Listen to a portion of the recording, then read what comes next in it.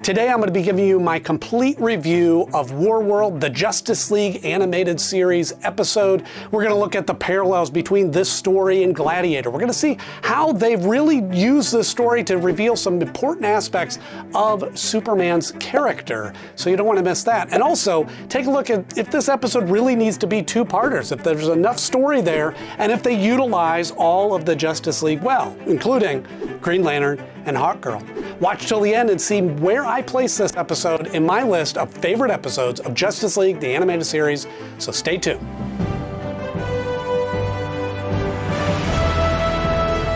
Hello friends and welcome back to the show. So glad to see you all once again, and if you're new here, thanks for stopping by. This is the place where we talk about cartoons and we talk about comics, and we do that all while drinking some coffee. See, the coffee makes me feel a little more grown up as I talk about cartoons. And today we're talking about Warworld, which is not to be confused with Warworld, all one word, which is the Justice League movie, which just came out just a little bit ago. So if you'd like to see me do a review of that movie, let me know in the comments. Maybe I'll do a compare and contrast with this episode. But that's for another day. Today we're talking about the Justice League, the animated series episode, the two-parter, Warworld. Warworld? Nasty place. Now, if you haven't seen the episode or haven't seen it in a while, you can see my 90-second rundown of the episode just clicking the video up here. We're trying something a little different. We're taking the rundown out of the episode, so that way if you are familiar with the episode and ready to jump in, then let's get started. What are you waiting for? Let's check it out. So the storyline for this episode is actually based on a comic storyline from Superman, I think in the late 80s, called Gladiator. Now, I personally haven't read that, so I don't know how much of a connection there is to that. I know that it does feature Mongol and Draga on a war world planet or battling each other, so I think it's closely related. And even that story of a tyrannical leader, you know, forcing his subjects to fight each other for sport and entertainment, it's not a new idea to base a story around that. I think Ridley Scott's movie Gladiator depicted it really well on an epic scale.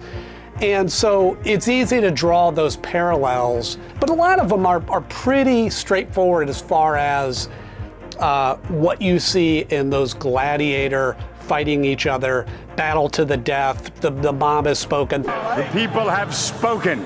Long live democracy! You know, and there's other movies that kind of take this and turn it on its head. The one that pops in mind is the 80s movie Running Man with Arnold Schwarzenegger, which was featuring this sort of entertainment to the death sort of thing. Alita, Battle Angel, that movie, which is based on a graphic novel, but that was like that same sort of battle roller derby sort of thing. And I think it's interesting that anytime we depict stories like that, it's either the future or it's the past.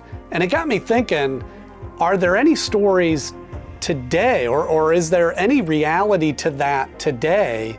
And obviously we have sports and football and that's sort of a battling each other, but we're all padded up and helmets and all that sort of thing. So I don't think there's a physical version, but it does occur to me, there's a lot of parallels to this style of entertainment to like reality shows of today. Putting a bunch of people, personalities in a house or in a room together and them arguing, and yeah, it got physical sometimes, but they usually stepped in for that. But that's still a level of entertainment that we as consumers, as we as society enjoy. It seems outlandish when you think of gladiators and how barbaric that is, but we're kind of doing some form of that.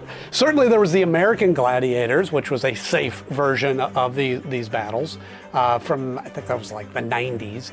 But I think that sort of thing still sort of exists a little bit. Let them all come and fight me! But as this story starts out, there's this little plot device. I'm working on the asteroid, it blows up, and they get captured and all that. So it gets them to the planet pretty quickly. And we see this sort of, again, not to steal from Marvel again, but Ragnarok, Thor Ragnarok, which I just happened to watch the other day, certainly borrows a lot of these themes as well, of like this whole planet devoted to battling and the entertainment that's involved in that. And another great example of that sort of gladiator battle storyline And so we spend a few minutes getting set up, and we get in there. We see an example of Draga fighting and the mob speaking and Mongol being in charge of this. And we kind of paint this whole picture of what the story is that we're going to see. Now, you know, if you've seen some of my reviews of the Superman series, that I'm not always a big fan of just the episodes that involve a lot of punching.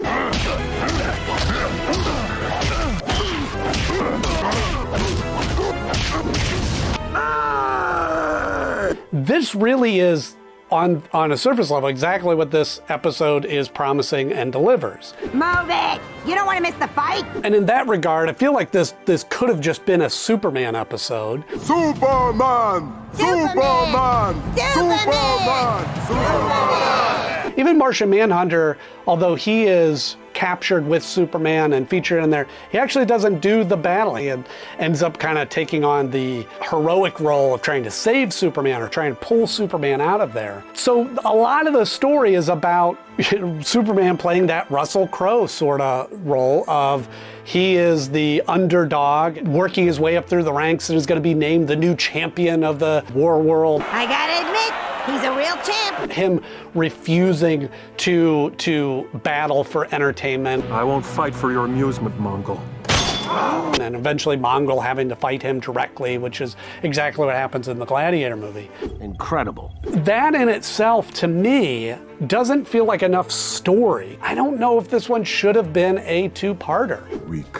War world. There's going to be a world with a lot of warring and a lot of fighting.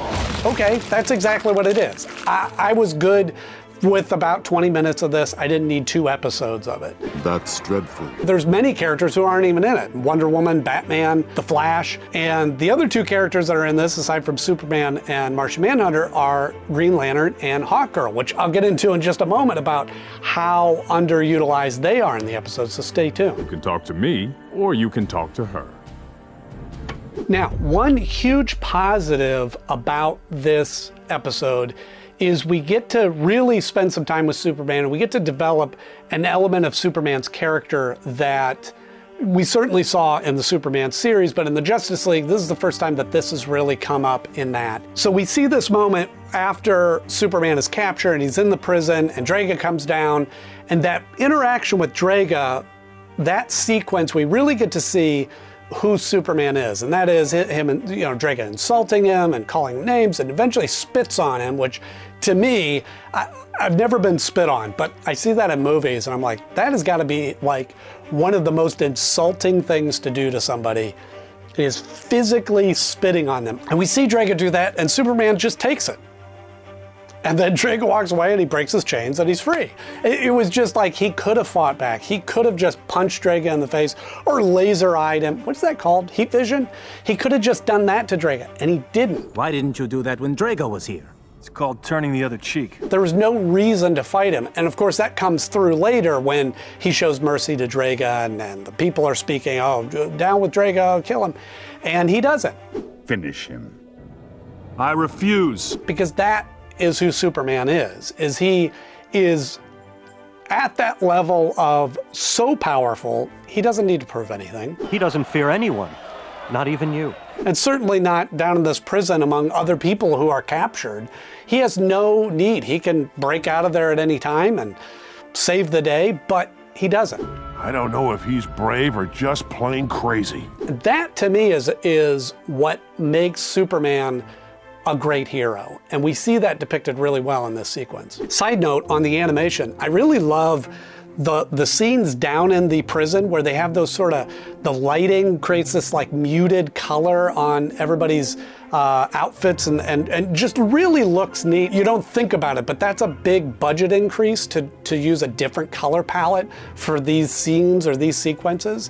The fact that they chose to do that is kind of a neat layer of the animation. I think just sells that scene even better. However, having said all that, they still follow the trope of the Justice League stories where Superman has to be a little bit weaker. A pity.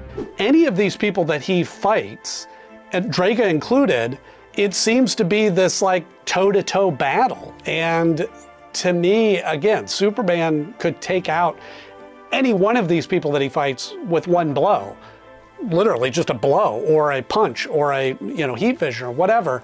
They could have done that and they didn't. Are they mad? I think I see a solution out of that, which is they're on a different planet.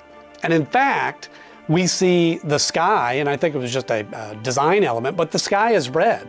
So I go, well, if it has a red sun, isn't it, maybe I have this backwards, but doesn't the red sun weaken Superman? Something in the atmosphere is sapping my strength. Now they do make mention of like, oh, he's kind of holding back and he's not fighting as much as he could and doesn't want to do this for sport.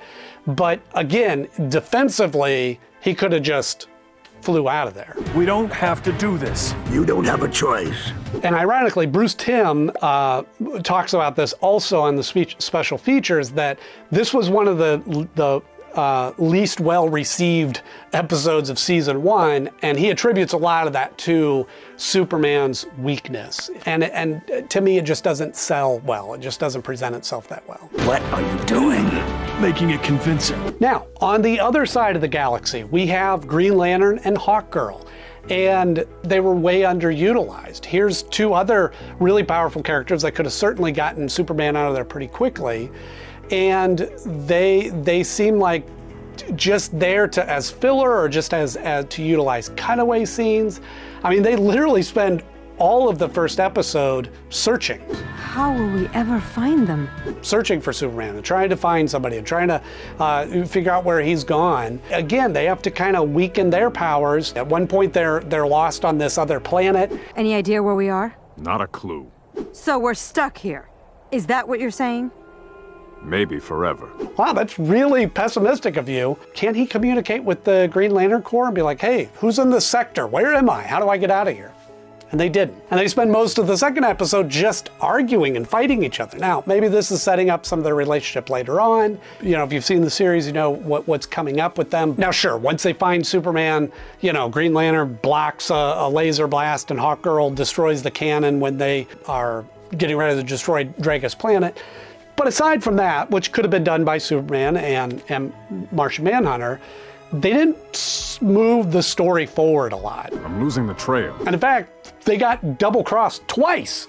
That's a very tropey thing to be. Oh, trust me, I'll show you where to go. They didn't even put a lot of thought into how to clever that up a little bit. It just felt like they were there for filler and not really moving the story forward. Why do you persist in bothering me with these petty details? So when it comes time to rank this episode, yeah, there wasn't a lot of meat there for me. It was neat. It was good animation. There were good fights. There was neat to see Superman's character in there, but again, it felt like a Superman episode. It felt like it wasn't a big enough story to justify being a Justice League story.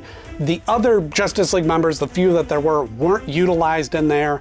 I feel like it could have been told in one part. So for all those reasons, I rank this at number 5 of my list of favorite episodes so far. How could this happen? You were supposed to be monitoring the situation. Again, we're very early in the series, so we'll have to wait and see how that lines up. Can you stand? And to me, it even falls below Secret Origin, which, was a lot of exposition, a lot of establishing the characters.